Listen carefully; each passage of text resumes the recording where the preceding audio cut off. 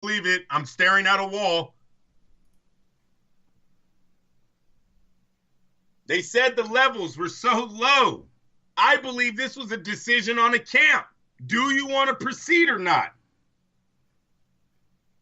It was. They gave him a suspension that started in February. Like, somebody knew about that. Andrew, that is such. They didn't just make that up. You sound like a hurt ex-girlfriend. You're like trolling your ex. Whatever, dude. You're trolling your ex, bro. I'll go back and listen to it and see what you're talking about. But I ain't lying here. No, you're not lying, but all right, then I don't sound like look, that. you want to be a Canelo fan really bad. You do. You want back with him. You want to be together, and you want to talk about having kids and a life and a house. You want that. You do. But he left you for Oscar. I have no idea where you're going with this, Lee. He did drugs, and he left you. That's a funny analogy.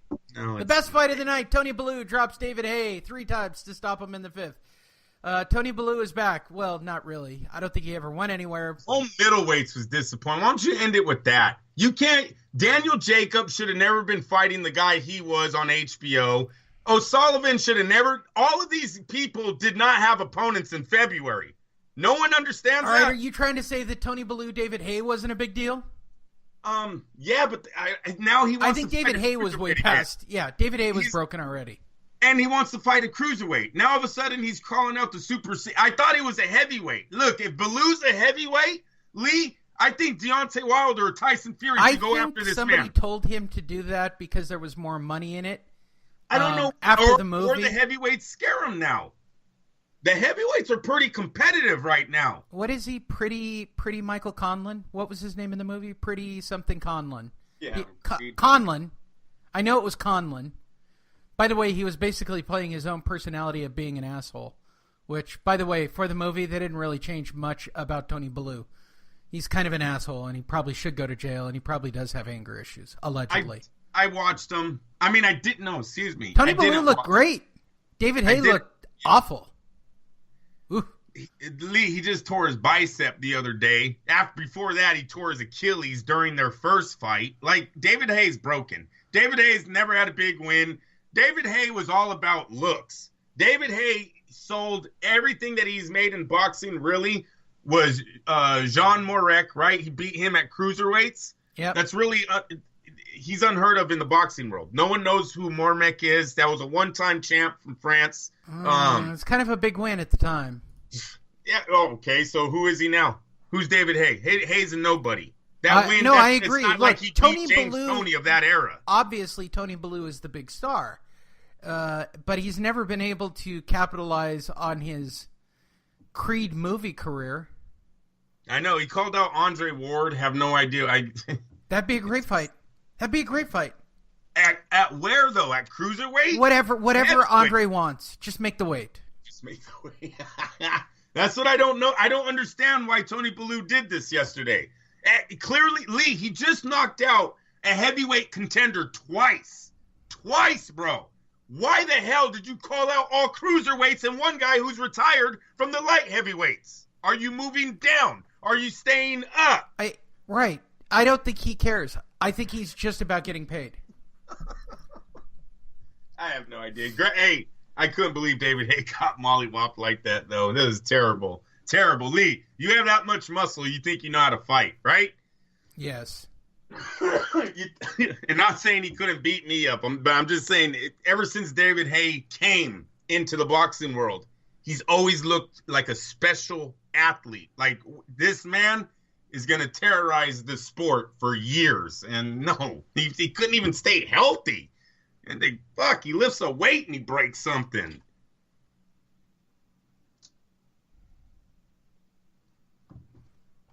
Feel better? I don't know how to. Last night sucked. Whatever. It was a shitty weekend of fighting. It really was, because I knew all of those guys should have been tangling up with each other. I had a crappy trip to Vegas. There was no boxing in Vegas. I don't even... Can you imagine if you want to know the highlight of my week? And I was talking about this on Facebook. The highlight of my week was spending $3 to go see a U2 cover band last night. That was the happiest I was. pretty much for the weekend. Back Can home. you imagine if we have to wait until 2019 for the rematch? No, I can't. Actually, May of 19. How old does that sound? let me take this opportunity to tell you all, go to fightnetradio.com. It'll take you to our Facebook page. Why? Because I don't think if we had a website, you guys would do anything on the website. At least on Facebook, you can click the like button, and you can get involved with the conversation like many of our fans do. They do comment, they do follow. You can also follow Andrew at Andrew Lapachet with a P, Lapachet. Or you can follow me at Lee Honish, Leehonish. Both of those are they're on Facebook. They are on also. Did I say that?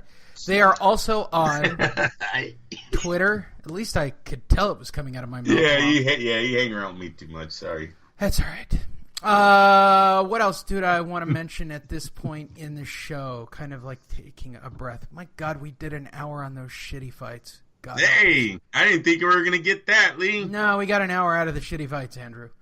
That's good. What else do I need to tell you before we talk about our 2 stories of the week? We only have 2 because we did a midweek show that's available on Facebook. Go to fightnetradio.com. It's right at the top of the page. And if you notice, Lee, none of the boxing world used this fight to elevate their news. You know, most of the time everyone will bring out their news around a big fight that's internationally looked at. Triple G's not that guy. Sorry, people. No one cared. There was no breaking news during this weekend. There was no press conferences on Saturday morning right before Triple G's big fight. Because nobody cared. Nobody cared. I know. I don't know why everybody's shocked by... Ryan Garcia almost made bigger news for Golden Boy Friday night than one of the pound-for-pound fighters did on Saturday. It was pretty awful. All right, here's the first question I have, Andrew. Hold on. Let me go to toprank.com. Go to toprank.com, Andrew. Me? Click, yeah. Click on the events tab. And scroll down. Scroll to the right to this little thing. Jerwin Akanas versus Jonas Sultan. Oh, yeah, the Filipinos, huh? Saturday, May 26th, Fresno. Andrew, will you be allowed to go to Fresno? What date is that? May 26th. Yeah, I should. I don't know why not. I wouldn't. I gotta tell her right now. World Championship doubleheader to be streamed exclusively on ESPN. Fresno, California. Lee Honish and Andrew Lapachet will be there live to cover Top Rank Boxing's next ESPN card. The Filipino standout Jerwin Pretty Boy Icanhas will defend his IBF title against junior bantamweight Jonas Sultan. In the co-feature, Britain's Cal Yaffe will make his 3rd defense of his WBA super flyweight title against David Cameron. Are we going? Am I requesting credentials? Yes. There you go. So Fight Net Radio will be there, so buy your tickets. And here's how it works. You just type in fight. When you go to the fight, pull out your phone. It's going to be really hard. Type in fightnetradio.com, and that'll take you to our Facebook page. You can message us right through the Facebook page. And Andrew and I will take you up to the bar, and I will buy you drinks, and you can talk to Andrew about boxing. I don't really like meeting with the fans. I don't mind buying you guys drinks. That's like my long-standing rule about fights. I'll buy drinks indefinitely. I like buying the Fight Net Radio fans drinks. The fact that we have drunk, belligerent people in the crowd that are Fight Net Radio fans makes me happy. But if you want to talk actual boxing, you want to talk with Andrew about that. Andrew likes that. I don't. In my humble opinion, I don't really like talking boxing for too long. It kind of gives me a headache, especially on a night that could possibly... It's true, right? Like, I don't want to be shitty about this, but you know this because you have people over to your house. How hard is it to talk boxing with people who don't watch boxing all the time? Yeah, no, I hear you. It's not my inner circle, but definitely when those people bring their friends, yes, it's. Oh my God! You actually allow people to bring their friends to Well, fights? yeah, of course. If they call and say, "Can I bring blah blah?" Yeah, whatever. Fortunately, now when it comes to like my brother-in-law and he brings his friends over to watch a big fight, they're smart enough, or at least he preps them enough, where they will just ask me, "Hey Lee, what do you think about so and so?" It's good. You can do that. That's a good question. Not, oh, he's the best. No. I was with the 21-year-old kid Friday.